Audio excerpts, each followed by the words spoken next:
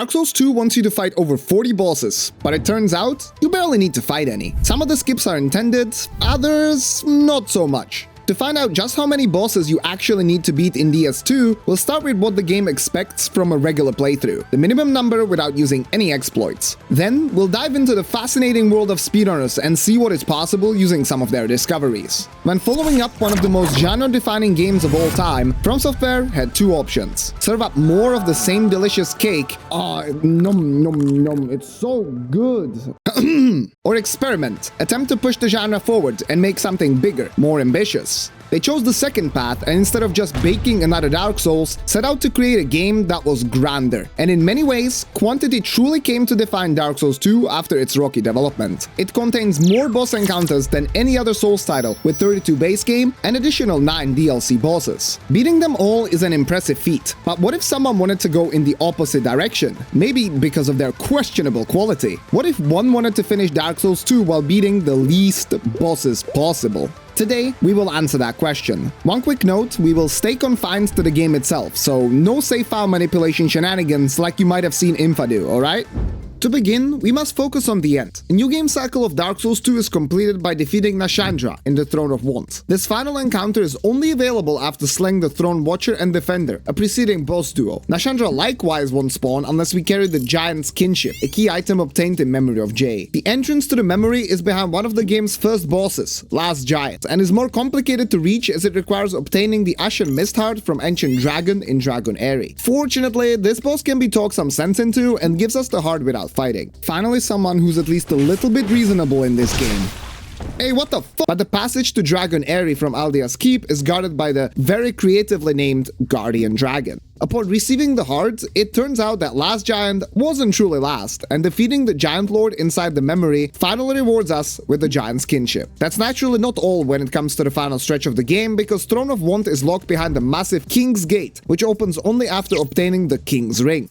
The path to it involves conquering Drangleic Castle and the twin dragon riders inside, navigating through King's Passage over the Looking Glass Knight, passing the sniper-infested Shrine of Amana with Demon of Song, and finally killing Velstadt in the Undead Crypt, where the ring is hidden. That puts us at 9 bosses just to unlock the final boss arena and complete the fight itself. But Drangleic Castle alone is inaccessible at first, as the prior Shrine of Winter has its doors firmly shut. We are told we need 4 Great Souls to open it, all dropped by the Great Ones, the game's other major bosses. Seek those whose names are unutterable, the 4 endowed with immense souls. They include the Lost Sinner, the Old Iron King, the Duke's Dear Freya, and the Rotten. We also can't just knock on their doors and yoink the souls, but must defeat other bosses to reach them. Although the difficulty varies between the areas, there's no firmly given order of progression. That said, most players will discover the Lost Sinner first. There are 2 possible paths to take, but the one requiring fewer bosses in the long run goes through the Last Giant, who we already need to beat for the Giant's Kinship, followed by the Pursuer in the Forest of the Fallen Giants. The crow then flies us to Lost Bastille, from where the player can progress to Sinner's Rise, but not before opening a small shortcut to avoid the Rune Sentinel's boss battle. When reaching the area through No Man's Wharf, the door leading to the Tower Apart bonfire does not open. Yet with a cleverly designed mechanic, it is possible to explode the barrels blocking the door and pass through it. This is important because behind it is a chest containing the antiquated key, which can be used to unlock a shortcut on the other side of Lost Bastille. The shortcut hides a cage elevator that takes the player directly past the Rune Sentinels. The Lost Sinner is just a few steps away, and with her, the first Great Soul.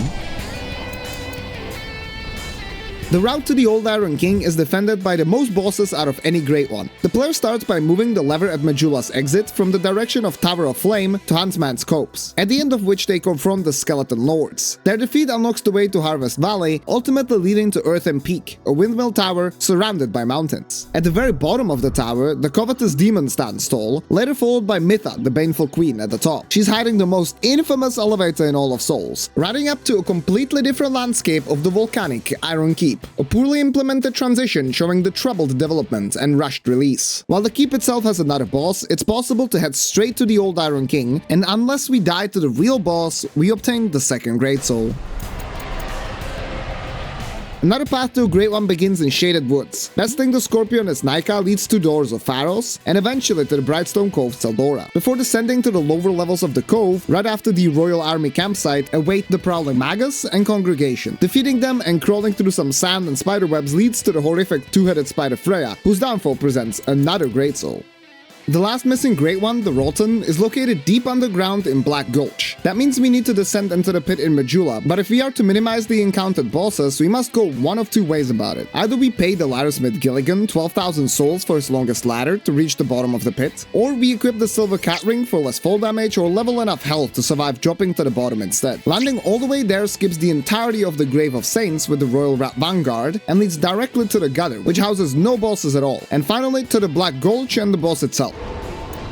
With the rythin defeated, the Shrine of Winter finally unlocks, opening up the late game. This puts us at overall 19 required bosses, 11 before Shrine of Winter and 8 after it, nearly half of the game's total. But of course, most of you will know that there's another method of passing the Shrine of Winter, one where the player character opens it, rather than the door opening on its own, and that is by amassing 1 million soul memory. Soul memory is a mechanic unique to Dark Souls 2 which tracks the total amount of souls gathered on a character, regardless of their use. Any number of souls earned by the player will be added to the soul memory total. So if we were to farm 1 million souls, we could completely skip the 4 Great Ones. That's surprisingly achievable thanks to the Company of Champions Covenant, which prevents enemies from despawning after being killed 12 times. Using soul memory to open Shrine of Winter skips a whopping 10 bosses, leaving us with just the 8 located behind it and the last giant, an impressively low number given the lack of any exploits or glitches. Speaking of, if we start digging a little deeper than what From Software intended, can anything be done to reduce the number even further?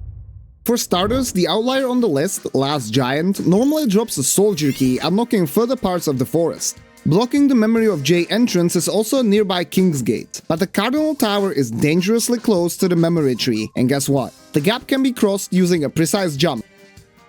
Or not so precise, but more on that later. The jump avoids both the giant and the gate. That's already one boss down.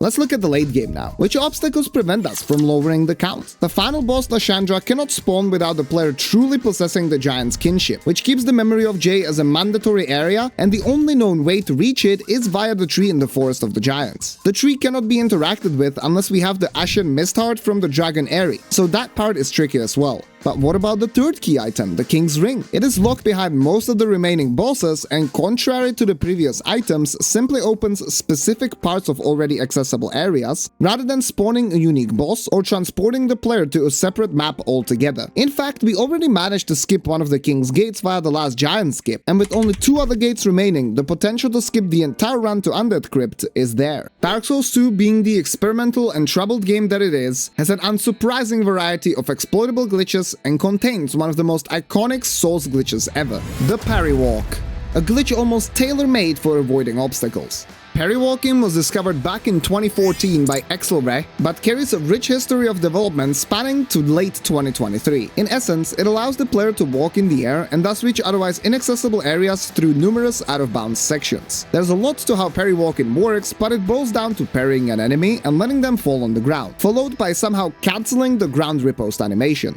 On older patches, this could be achieved by rolling at the same time as riposting, but the method ended up being fixed, and it took a further 8 years until the glitch hunter Plaperino discovered a new method utilizing a jump to cancel the riposte instead. This may seem like an obvious substitution at first, but there are issues with jumping. A jump cannot be performed without sprinting, and at the same time, riposting the downed enemy while sprinting is impossible because the running attack comes out instead. Though we know that Dark Souls 2 wasn't afraid to mess with core game mechanics through equipment and stats. I mean, just think of adaptability and what it does to the dodge roll, perhaps the single most defining mechanic of a Souls game. Plaperino realized that the Moon Butterfly set modifies jumping and allows performing it without sprinting, which solves the issue of getting a running attack and allows the riposte animation to be cancelled with a jump instead of a roll. This works on both the original and Scholar versions of the game. And why all this trouble to cancel the riposte? Because the game believes the player character is stuck riposting the enemy and ties our vertical position or height to the enemy, while we can in fact move around. The height won't change even upon leaving the ground, meaning we can effectively walk on air over any gap. As a side note, and I don't want to get overly technical, it turns out that the jump cancel can be done without the Moon Butterfly set.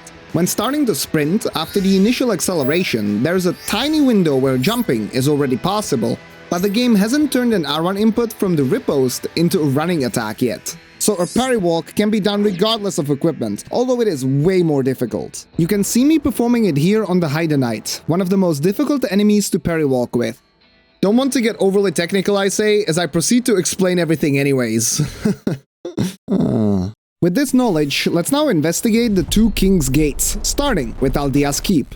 The gate to the keep is surrounded with walls, while the entire area is in the open world. Yet there are two important limitations to the new parrywalk. First, the parried enemy will stand back up after 28 seconds, ending the airwalk and dropping the player to the ground. Second, it is impossible to jump during the airwalk and therefore to easily gain height. This makes the entrance to Aldea's Keep particularly tricky. Not only are the walls tall, but there are no enemies close by. The old parrywalk with a roll worked a bit different and didn't have these downsides, so it used a further distanced enemy and jumped multiple times to gain height.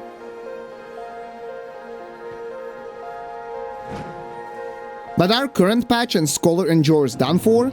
Definitely not Scholar, because it very conveniently places a Scion Knight who can be parried right in front of the gate. And it turns out that the nearby wall is sloped just enough for the player to nudge themselves slowly but surely upwards, until the gate is left behind.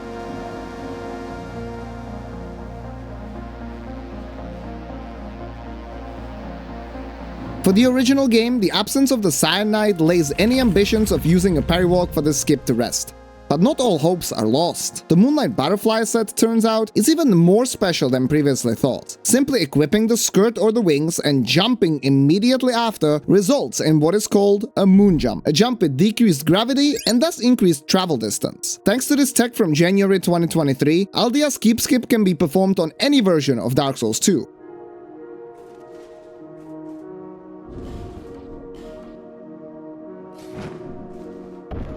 This alone does not lower the boss count, since there is still Guardian Dragon to take care of. If you observe its arena, we notice it's a tower connected to two areas via bridges, all on the same plane. Exploiting one of the keep's enemies with our parrywalk knowledge allows us to simply walk around the boss fight, ignoring it completely and lowering the count to 7. Only the King's Gate and Drangleic Castle remains, but here we are faced with a different situation, a closed-off room. Even with parrywalk, we cannot ignore collision, and the insides of the castle make it difficult to get out of bounds, especially near the gate. We must try to think outside the box. Wait, the castle is somewhat of a box, so what if we think outside of the castle? The castle is located on a cliff and its entrance is therefore surrounded by a massive open canyon, as well as protected by parryable enemies. The long corridor to Throne of Want extends far beyond the castle and its boundaries do not have any outside collision. The plan is clear. Use these enemies and try to enter the corridor from the outside. The last thing to do is hope that the 28-second timer is enough to reach it.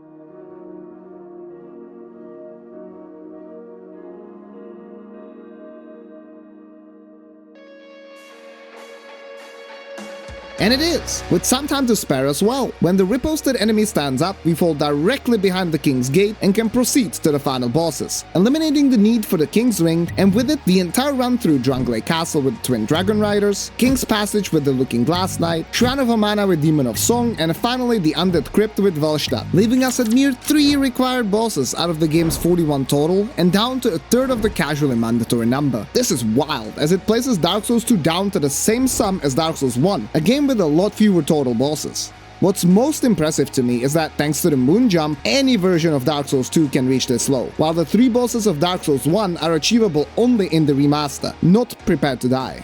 When looking at the 3 remaining bosses, Giant Lord, Throne Watcher and Defender, and Nashandra, it is quite clear why they are unlikely to be skipped anytime soon. They are all connected. There is no fighting Nashandra without defeating the Throne Duo and without having the Giant's kinship. If some way of creating items was discovered, it may be possible to avoid fighting the Giant Lord. The first Dark Souls even enjoys a glitch that can achieve something similar by giving the effects of one item to another, but Dark Souls 2 has significantly more robust menus than its predecessor. And for the duo, I do not see a future in which they can be avoided. The kill flag would somehow have to be activated without actually fighting them. While the 3 encounters are unlikely to be skipped in the future, completing the biggest Souls game with a measly 3 out of 41 total bosses is astonishing, and probably less than most would have guessed at the start of the video. Then again, it took nearly a decade for the new parrywalk to be discovered, and the community is not showing any signs of slowing down, so who knows what the future holds. If you enjoyed the video, don't forget to subscribe, it really helps. And as always, may the flames guide thee.